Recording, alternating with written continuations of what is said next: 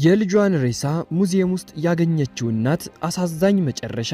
እስኪ ለ25 ዓመታት እየጠፋው ልጃችሁን በምትኖሩበት ከተማ ሙዚየም ውስጥ ደርቆና እንደ እንስሳት ሰዎች እየጎበኙት ብታገኙት ምን ይሰማችኋል? በሀገር አሜሪካ ጆርጂያ ውስጥ በ2024 የተፈጠረው ክስተት ይህንን የሚያሳይ ነው። በ2024 ኦክቶበር 11 ዲያና ሚቼል የተባለች ሴት በጆርጂያ ኤግዚቢሽን ወርልድ ኮንግረስ ማዕከል ውስጥ የደረቁ ሬሳዎችን ከሴት የልጅ ልጇ ጋር በመጎብኘት ላይ ነበረች። በዚህ ማዕከል ውስጥ በርካታ ትክክለኛ የሰው ሬሳዎች ደርቀው ይታያሉ። እነዚህ ሬሳዎች በዚህ ማዕከል ውስጥ የተቀመጡት ለጤና ትምህርት እንዲያገለግሉ ተብለው ነው። ዳያናም እየተዟዟረች እነዚህን ሬሳዎች በምትመለከትበት ወቅት በ25 ዓመት ውስጥ ተሰምቷት የማያውቅ ስሜት ተሰማት። ከፊቷ ያለውን ለመማሪያ የቆመውን ቆዳው የተገፈፈውንና ብዙ ነገሮቹ የጠፉትን ሬሳ ስታይ መረጋጋት ከበዳት። ቦታውንም ለቃ መሄድ አልቻለችም። ተጠግታ ተመለከተችው። በደንብ ስትመለከተው ግን ደርቃ ነበር የቀረችው። ወዲያውኑም ዲያና የኔ ልጅ ነው ስትል ጮኸች። ታዲያ የዘች እናት ልጅ ለ25 ዓመታት ያክል በዚህ ቦታ ላይ ደርቆ በ$20 መግቢያ ሲጎበኝ ኖሯል። ታዲያ ጥያቄው ይህ ልጅ ወደዚህ እንዴት ሊመጣ ቻለ?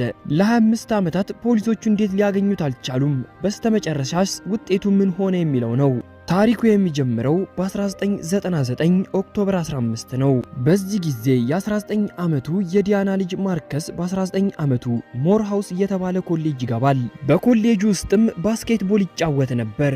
ማርከስ ለረጅም ጊዜ ሲመኘው የቆየው በመሆኑ እሱም ሆነ ቤተሰቦቹ በእጅጉ ደስተኛ ነበሩ። ማርከስም በዚህ ኮሌጅ ቆይታው ከአንድ ሰው ጋር ይተዋወቃል። ቢሆንም ለእናቱ ከማን ጋር እንደተዋወቀ አልነገራትም። ማርከስ ተዋወቅኩት ካለው ሰው ጋር እስከ እኩለ ሌሊት ድረስ ያመሹ ነበር። በአንዱ ቀን ግን ማርከስ ከቤቱ ሰው ሊያገኝ እንደሆነ ተናግሮ ከወጣ በኋላ ሳይመለስ ይቀራል። ቤተሰቦቹ ይመጣል እያሉ ቢጠባበቁትም 3 ቀናቶች አለፉ። ማርከስ ግን ወደ ቤቱ አልተመለሰም። ፖሊሶች ከተማውን ማሰስ ጀመሩ። ከቀናት በኋላም የማርከስ መኪና ግሬዲ ሚሞሪያል ሆስፒታል ፓርኪንግ ላይ ቆሞ ተገኘ። መኪናው ውስጥ የማርከስ ስልክ፣ መታወቂያ እንዲሁም ሌሎች ዕቃዎቹ ምንም ሳይሆኑ ተቀምጠዋል።